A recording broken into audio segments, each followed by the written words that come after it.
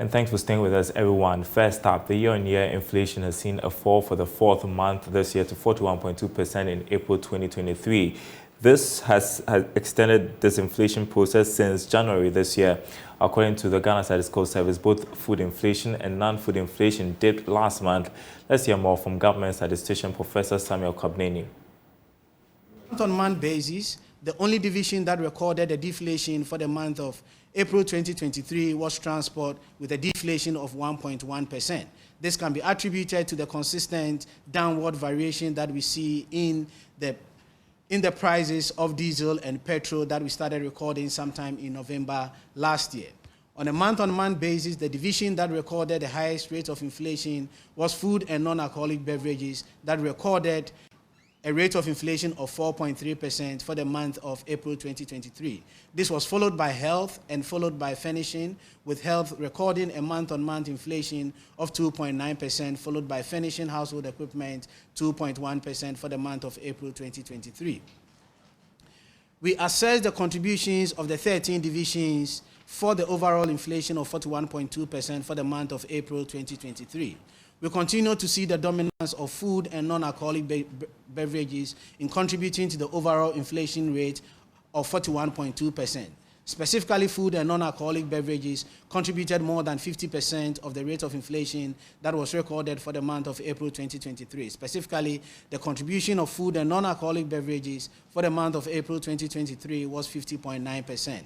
We identified 7 out of the 13 divisions that contributed less than 10% of the overall inflation. So these 7 out of the 13 divisions, specifically personal care, recreation and others, information and communication, education, health, restaurant, and insurance and financial services. If you sum up the contribution of these 7 out of the 13 divisions, they contributed less than 10% of the overall inflation that was recorded for the month of April 2023. The converse means that 6 out of the 13 divisions contributed more than 90% of the overall inflation that was recorded for the month of April 2023. And that was government statistician Professor Samuel Kobneni. We want to bring in senior finance lecturer at the University of Cape Coast Business School, Daryl Kwawu. Good afternoon to you. So yet another significant decline from 45% to 41.2%. What does it say about government's quest to beat down inflation? Yeah, thank you very much. The decrease that we are seeing is a step in the right direction, telling us that government is making efforts to ensure that inflation is kept and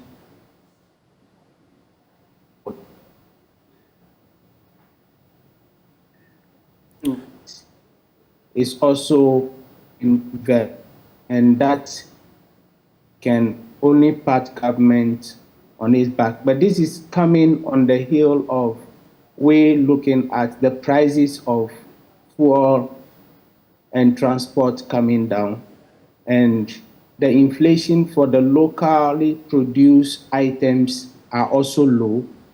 And that should also tell us that when the market is turbulent, things might not be going on well. But once we are getting it right, we'll continue to have a reduction in the inflation rate from time to time. Well, help me. Is there something extraordinary the government is doing? Because you talk about the factors like fuel prices going down, a stable city.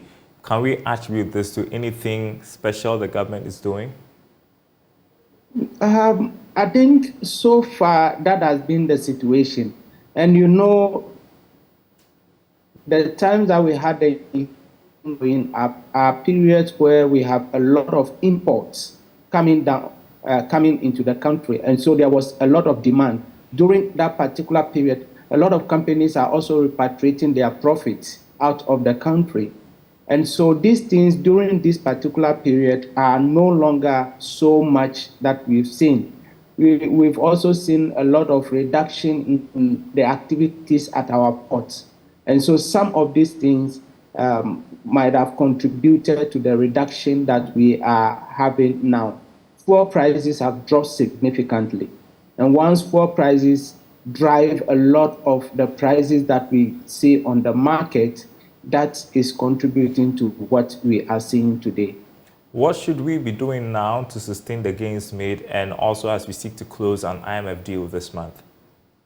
Yes, so what we need to do is to listen to the Ghana Statistical Service. They are on the market. They collect data every month on over 10,000 items on the various markets. They have the technocrats that are in that particular market and that particular sector. And so if government will be able to listen to them on the suggestions that they have made, that would be very well for us. We also need to ensure that the gains that we have made during this period, we don't go back on it.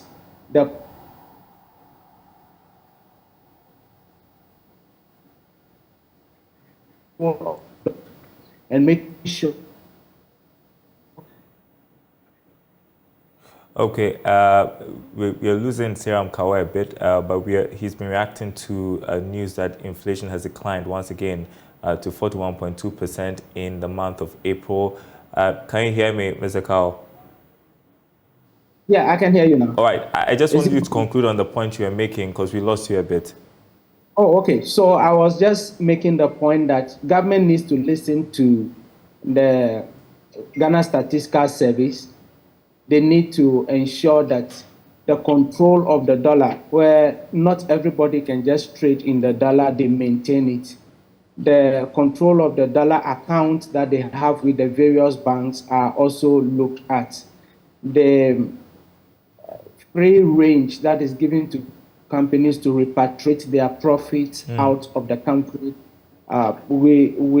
they have controlled that one. We should also continue doing those things, and that will go a long way to help us. How do you think this would influence the Monetary Policy Committee as it meets next week? I'm asking this because only yesterday we reported that the central bank could be looking at further hikes in the policy rate to tame inflation. Inflation is going down. Why would you want to increase the policy rate again? Yeah, so looking at it consecutively for 3 months, we have inflation coming down. And so for me, I would say that when the Monetary Policy Committee meets, they would look at these things that are happening and will maintain the rate as it is now and look at how it will affect the months that are coming. And so I do not see a change in the monetary policy rate. And you do not support it, do you? I don't support it now. As we have it, I wouldn't support a hike in the policy rate because already we have the average interest rate going for around 35%. Some might be low, some might be high. And so if the policy rate goes up, it's going to affect the cost of capital. And already businesses are crying, they are not having the needed capital to do whatever they want to do. And so if Bank of Ghana hikes the policy rate, it will affect and harm the business community. Looking at the back of the taxes that have been passed, the tax revenue laws that have been passed and signed by the president into law.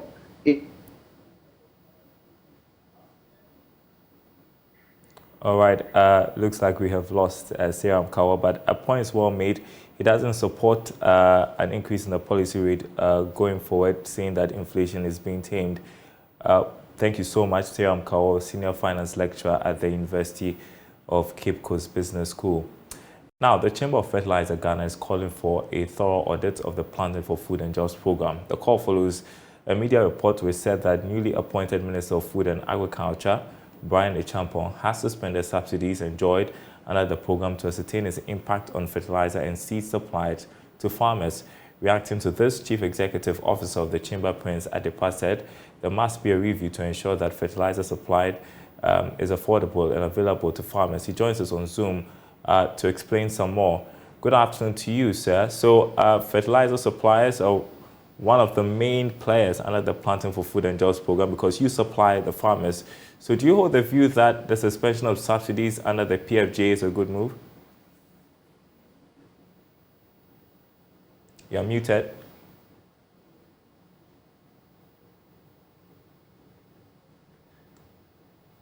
Prince, if you can hear me, you're muted. If you could unmute.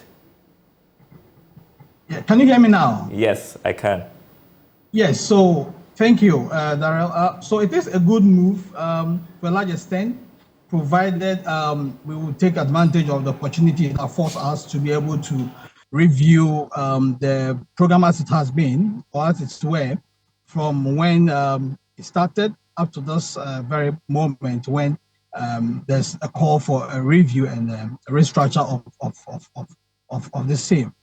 So we expect to, see, dramatic changes that will really, help the entire supply system of fertilizer in this country to help our production. The only challenge we have really is with the timing, because we feel it's coming a little bit late in the day when the southern season has already taken off, and we find to, getting ourselves, ready for, we've actually started production. Farmers have already planted and all that. And so they are already feeling the heat of the high cost of the fertilizer on the market because subsidy has not been implemented. Right, and so when the subsidy is finally set in, the prices are going to be a big problem for the farmers, wouldn't it be? Yes, it would, except for the fact that we are proposing that government should, the ministry should immediately look into how they can reduce the charges and the fees at the port. Okay, that would automatically impact the final price to the farmer. So now the program is on suspension, but we know there's been a budget allocation to support this program for this season.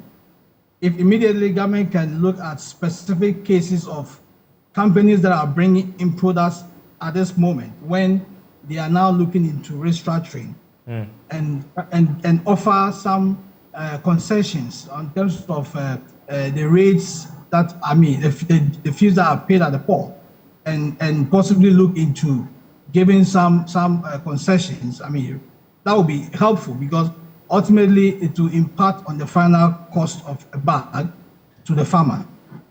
When you call for an audit to be done, how differently do you want things to be done under the Planting for Food and Jobs program?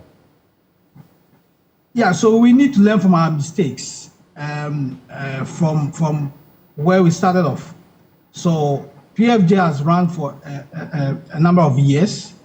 And so if now we are calling for suspension of it because we feel not all has been well with it, with the program, then we need to measure the objectives of what it was supposed to have attained, okay, as against the real results that we have achieved. And so before we move to any new program at all, it will be very helpful to have an impact assessment report, okay, or audit conducted on the PFJ as it were, and be able to bring out all the challenges or identify all the challenges that bedevil the program. And then from that point, we can be sure that at least we have our hands on the problems and now devise very cogent strategies that will mitigate those problems so that we don't go in circles trying to, achieve what may not be achievable eventually. Well, we've had the former Agric Minister tout the success of the PFJ, if there's anything to go by. But I want to talk about your debts. Do you think government will be able to clear the debts owed you? And how are you working with the new Agric Minister to make that work? Yeah, so with the issue of debt, is an issue also of priority. And so again, I would say there is an opportunity. Now that new contracts have not been signed, but we well know that there's been a budget allocation. If those funds are supposed to be used for this program at all, I mean, that was supposed to be used for this program. Now it affords us the opportunity to be able to clear the outstanding debts. Now bring some more capital, working capital, into the hands of importers, so that we are able to bring in enough fertilizer, okay, to support even this new program that is being worked on, which we are yet to have full details. Now, with a question regarding how we plan to work with the ministry, our doors are always open, and we've always come out with proposals to the effect that most of our suggestions and the predictions in the past has been useful, because we were not far from the realities that eventually happened. So we will continue to alert the minister and the ministry, and based on our research, give them all the information and send all the precautions for us to avoid the challenges that are quite imminent if we don't take certain steps, going forward. Remind me of how much debt we are talking about, and what happens if your debts are not cleared in time. What will be the impact on the supply of fertilizer and also on the prices countrywide? With the suspension, it brings about it brings a lot of new dynamics into how arrangements were being made with regards to how we get financing for fertilizers and all that. But with the suspension now, immediately it's of urgency that government pays almost the 400 million that is owed. Okay, so it gives liquidity for importers, basically, to be able to bring in or do cash transactions, basically do negotiations based on the availability of liquidity, cash or working capital, so that it gives us all the opportunity of benefiting from lower prices and all that comes with working to the market with your own cash. All right, Prince Adepa, Chief Executive, Chamber of Fertilizer Ghana. I appreciate your time with us this afternoon. Right, you're watching The Marketplace. Now, let's move on to Let's Talk Tech, our weekly tech segment. And Google has issued an alert to users of YouTube and Gmail against an emerging phishing attack that poses a threat to users of these online services. And here to explain, tech analyst with Joy Business, Isaac Atase. Educate us on what phishing attacks are and the nature of attacks on YouTube and Gmail users. Right, sure. Thank you very much, Daryl, for having me. So now when we say phishing, it simply means, users, or let's say malicious people sending you emails or messages with malicious intent, or often sending you messages with links for you to click so that they can be able to get access to your passwords or your login details, or even in some other cases, your bank details, so they can use that in, finding means and ways in getting into your account. So in a nutshell, this is what phishing means, when people try to get to you by using fraudulent emails or messages with links that when you click, they can be able to get information about you and use that as against you. So,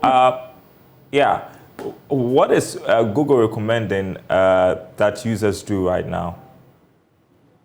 What it is that happened is that Google noticed that some hackers used YouTube and also Gmail in sending messages to users by asking them to, input their login details or their personal details with rewards or with promises of gaining rewards or some point of that sort.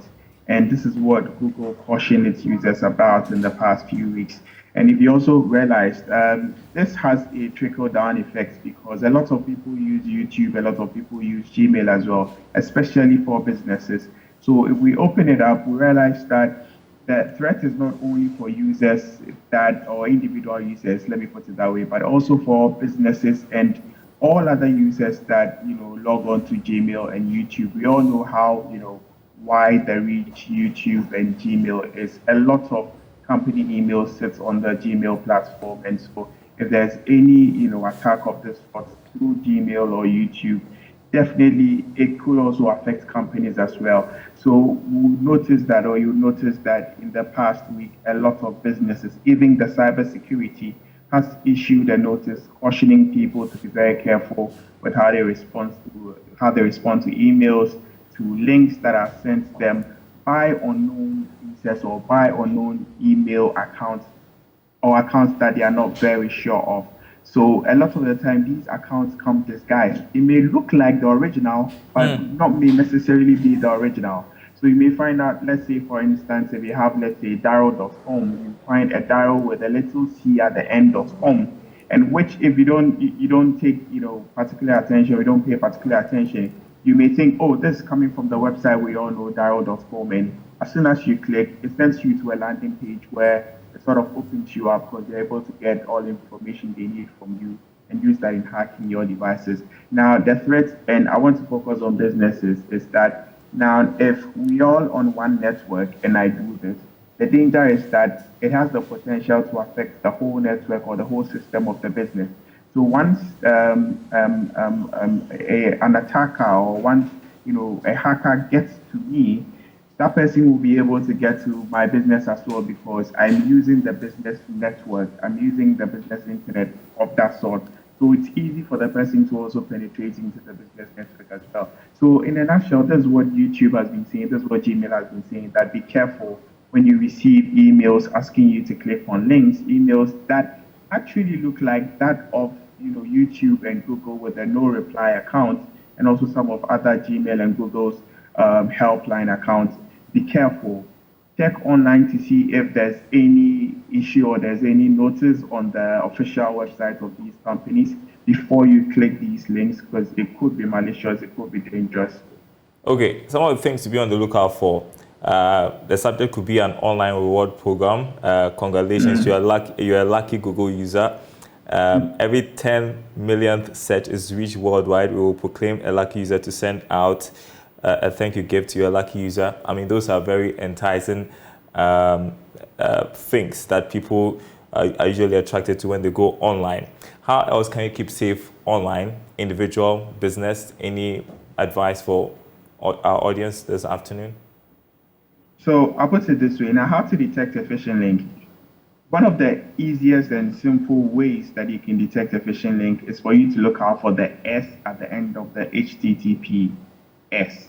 So when somebody sends you a link and you notice it begins with the HTTP, now always look out for the S. It's one of the ways of checking to see if the link is safe. So the S there sort of provides a line of guarantee that you can be sure about. Also, now when some of these links are sent, now you can check this, or you can try it if you're watching. Just send it on a WhatsApp group or to a friend on WhatsApp. You realize that if it's a saved link, you get a pop-up. So if I send a link to my Joy Online to your WhatsApp dial right now, you realize that you sometimes get a pop-up. Now, this is also another measure or another level of authentication that you can look out for. So that also tells you it's a safe link. A lot of these malicious links do not come with the pop-ups. So these are one of the ways, or two of the ways, that you can, notice a phishing link. However, if you find out that you've been attacked, especially for business, if you're on a business network, one of the things to do is to quickly disconnect your machine or your laptop from the network, so that it prevents further spreading of the malware that has been deposited. And also the systems administrator can perform a scan quickly, so that they can fish out all the viruses that are being installed, or if there's any attack being happening, or if the attack is in process. All right. If you see anything that is too good to be true, you should verify as well. Thank you so much, Isaac Atase, tech analyst with Joy Business. That's our program this afternoon, everyone. Thanks for watching. More news on our website, myjoyonline.com/business. Our top story today is over there. Inflation falls to 41.2% in April 2023. Also, falling inflation, BOG appeals to banks to cut lending rates. Read all about it on myjoyonline.com/business. My name is Daryl Kwawu. Thanks for watching. We will be back same time tomorrow.